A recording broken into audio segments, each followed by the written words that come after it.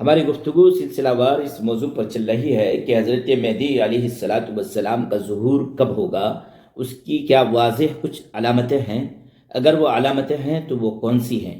اس موضوع پر سلسلہ وار گفتگو کرنا ہم نے اس لیے شروع کیا کہ بہت زیادہ گفتگو نہیں کی جاتی ہے، اور جو گفتگو کی گئی ہے وہ بہت مدلل اور مستحکم نہیں ہے، اس لیے ہم نے باضابطہ اس موضوع پر گفتگو شروع کیا ہے۔ تو دیکھنا یہ ہے کہ کیا حضرت مہدی علیہ الصلاۃ والسلام کے ظاہر ہونے کی کچھ علامتیں ہیں۔ تو ہاں، واضح، بہت واضح علامتیں تو نہیں ہیں، لیکن پیارے نبی صلی اللہ علیہ وسلم نے اشارہ تو فرمایا ہے۔ ایک تو یہ بات واضح ہے کہ حضرت مہدی علیہ الصلاۃ والسلام تشریف لائیں گے۔ 40 سے بھی زائد احادیث موجود ہیں جو تواتر کی حد تک پہنچتی ہیں، تو یہ تو واضح ہے کہ حضرت مہدی علیہ الصلاۃ والسلام تشریف لائیں گے۔ لیکن یہ کہ کس وقت تشریف لائیں گے، کیا اس کی کوئی ٹائم لائن ہے، کوئی وقت ہے؟ وہ وقت ہے تو کون سا وقت ہے، کون سا دن ہے؟ کیا اس دن تک ہم پہنچ سکتے ہیں، اس وقت تک ہم پہنچ سکتے ہیں؟ یہ تو تھوڑا سا مشکل ہے کہ بالکل دن بتا دیا جائے اور وقت بتا دیا جائے۔ ہاں، زمانے کی طرف اشارہ ہے۔ وہ جو ایک دوسری ویڈیو ہم نے شائع کیا ہے جس میں اس بات کی وضاحت کیا ہے، اس ویڈیو کو بھی دیکھ سکتے ہیں۔ اسی کی دوسری کڑی ہم یہاں پر بیان کر رہے ہیں کہ حضرت مہدی علیہ الصلاۃ والسلام کے ظہور کے سلسلے میں اور اس وقت کے حالات کے سلسلے میں ابو داؤد شریف کی ایک حدیث ہے، اور اس حدیث میں پیارے نبی صلی اللہ علیہ وسلم فرماتے ہیں، حدیث کا متن کچھ یوں ہے: ام معاذ بن جبل رضی اللہ تعالی عنہ قال قال رسول اللہ صلی اللہ علیہ وسلم عمران بیت المقدس خراب یثرب، کہ بیت المقدس کی آبادی کے بعد یثرب کی ویرانی ہوگی۔ وہ خراب یثرب خروج الملحمہ، اور یثرب کی ویرانی کی وجہ سے خروج الملحمہ ہوگا، یعنی عظیم جنگ کا آغاز ہوگا۔ تو آج ہم عمران بیت المقدس، اصل میں خروج الملحمہ کا جو موقع ہوگا، اسی موقع پر حضرت مہدی علیہ الصلاۃ والسلام ظاہر ہوں گے۔ خروج الملحمہ ہمہ ہمی کا موقع ہوگا، جنگوں کا موقع ہوگا، الملحمۃ الکبریٰ ہوگا، الملحمۃ العظمیٰ ہوگا، یعنی بڑی جنگیں ہوں گی۔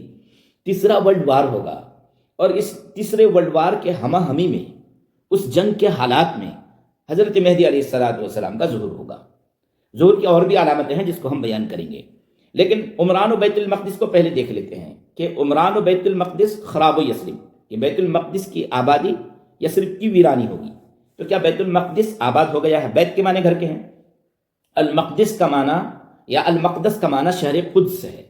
شہر قدس کو عربی میں شہر القدس کہا جاتا ہے۔ اس کا ایک دوسرا نام یروشلم ہے، جس کو انگریزی میں جیروسلم بولا جاتا ہے۔ یہ جو یروشلم ہے، یہ یروشلم مقدس رہا ہے اہل اسلام کے یہاں بھی، اور یہ مقدس رہا ہے عیسائیوں کے یہاں بھی، اور یہ مقدس ہے یہودیوں کے یہاں بھی۔ یہودیوں کے یہاں مقدس اس لیے ہے کہ حضرت سلیمان علیہ الصلاۃ والسلام اور حضرت داؤد علیہ الصلاۃ والسلام کی حکومت کا مرکز یہی جگہ تھی، اور بیت لحم ایک جگہ ہے جہاں پر، شہر یروشلم میں بیت لحم ایک جگہ ہے جہاں پر حضرت عیسیٰ علیہ الصلاۃ والسلام کی پیدائش ہوئی ہے۔ اور پیارے نبی صلی اللہ علیہ وسلم کو جو معراج ہوئی تو وہ شہر یروشلم، بیت المقدس یعنی مسجد اقصیٰ کے سے ہوئی، اور مسجد اقصیٰ میں آپ نے انبیاء کرام علیہ الصلاۃ والسلام کی امامت فرمائی۔ اور یہ کہ پیارے نبی صلی اللہ علیہ وسلم مدینہ آنے کے بعد بھی 16.5 یا 17 مہینے تک مسجد اقصیٰ ہی کی طرف رخ کر کے نماز پڑھتے رہے۔ تو مسجد اقصیٰ کا احترام اہل اسلام کے یہاں بھی ہے، مسلمانوں کے یہاں بھی ہے، یہودیوں کے یہاں بھی ہے، عیسائیوں کے یہاں بھی ہے، اور شہر یروشلم کا بھی۔ شہر یروشلم کا 2 حصہ ہے۔ شہر یروشلم کا ایک مغربی حصہ ہے اور ایک مشرقی حصہ ہے۔ سمجھنے کی بات یہ ہے کہ کیا شہر یروشلم پر اسرائیل کا قبضہ ہے؟ تو ہاں، شہر یروشلم کے مغربی حصے پر تو 1947 میں اسرائیل کا مکمل قبضہ ہو گیا تھا، اور 2018 میں امریکہ نے اعلان کیا کہ ہم اپنا سفارت خانہ وہاں پر منتقل کر رہے ہیں، اور وہاں پر انہوں نے اپنا سفارت خانہ منتقل بھی کر لیا ہے۔ مغربی اور مشرقی حصے کے بیچ کے علاقے میں امریکہ نے اپنا سفارت خانہ بنا لیا ہے، تو امریکہ بھی وہاں پر پہنچ چکا ہے، اور دیگر اور ممالک بھی اپنا سفارت خانہ وہاں پر بنانے جا رہے ہیں، جو اسرائیل پرو ہیں، اسرائیل سے زیادہ محبت کرتے ہیں اور اسرائیل سے زیادہ قریب ہیں۔ ورنہ اکثر ممالک جو جمہوریت پسند ممالک ہیں، تھوڑی سے امن پسند ہے، انہوں نے اپنے سفارت خانے تل ابیب میں بنا رکھا ہے، اور اسرائیل کا جو دارالحکومت ہے وہ مغربی یروشلم ہے، اور ایک حصہ ہے مشرقی یروشلم کا۔ تو مشرقی یروشلم ہی میں مسجد اقصیٰ واقع ہے، اور مشرقی یروشلم پر کہنے کے لیے جو فلسطینی اتھارٹی ہے، محمود عباس اس کے صدر ہیں، اس کی حکومت ہے، وہ کچھ رفاہی فلاحی کام کر دیتے ہیں، ورنہ وہاں کے جو انتظامی اور فوجی امور ہے اس پر اسرائیل کا قبضہ ہے۔ مسجد اقصیٰ میں کتنے لوگ نماز پڑھیں گے، کتنے لوگوں کو نماز نہیں پڑھنے دیا جائے گا، کس کس دن اس میں پابندی لگا دی جائے گی، چیکنگ کا جو مسئلہ ہے، یہ ساری چیزیں اسرائیلی فوج کرتی ہے اور اسرائیلی پولیس کرتی ہے۔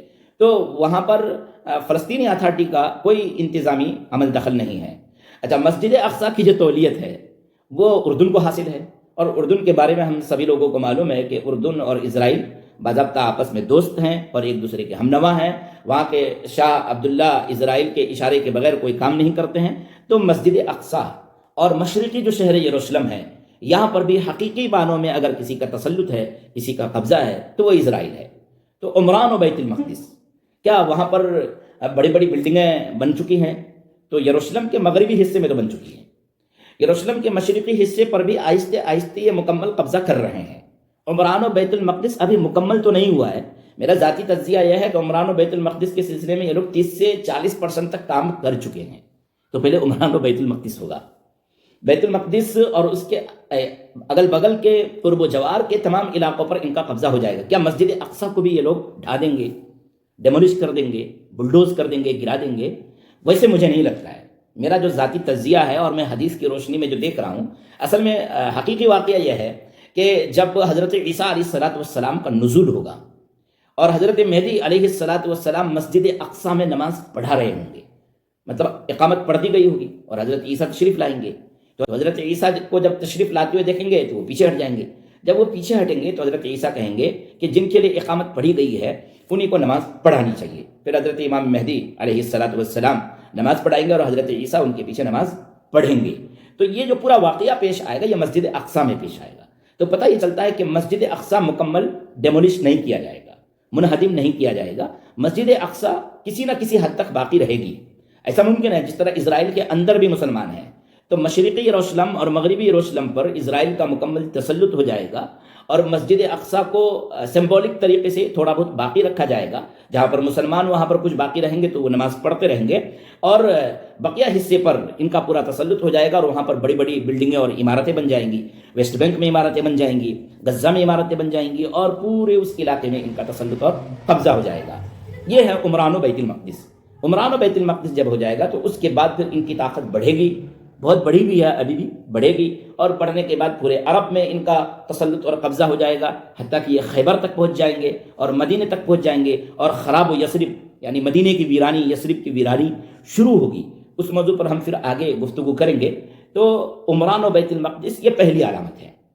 تو عمران و بیت المقدس کے دور سے ہم ابھی چل رہے ہیں، اور اس واقعہ کے پیش آ جانے کے بعد، مکمل ہو جانے کے بعد اگلے واقعات پیش آئیں گے۔ ابھی ہم اس دور سے چل رہے ہیں، ہم آگے اور بھی علامتیں انشاءاللہ بیان کریں گے، تفصیل ہم گفتگو کریں گے اور آرام سے گفتگو کریں گے۔ ہم سامعین حضرات سے، جو لوگ بھی ناظرین ہیں، جو ہماری باتوں کو سنتے ہیں، ان سے گزارش ہے کہ یہ بالکل تحقیقی باتیں ہوتی ہے، منوان ادھر ادھر کی کوئی گفتگو نہیں ہو رہی ہے، اور آپ جا کر کے اس کو سرچ بھی کر سکتے ہیں۔ تو ان باتوں کو لوگوں تک پہنچائیے کہ حالات کیا ہے، کہ عمران و بیت المقدس کے بعد خراب و یثرب ہوگا، تو اس سے پہلے کیا ہوگا، ٹائم لائن کیا ہے، اور اس کے بعد کیا ہوگا، انشاءاللہ وہ ساری علامتیں ہم اپنے علم اور اپنی عقل کی روشنی میں آپ حضرات تک پہنچانے کی ضرور کوشش کریں گے۔ السلام علیکم۔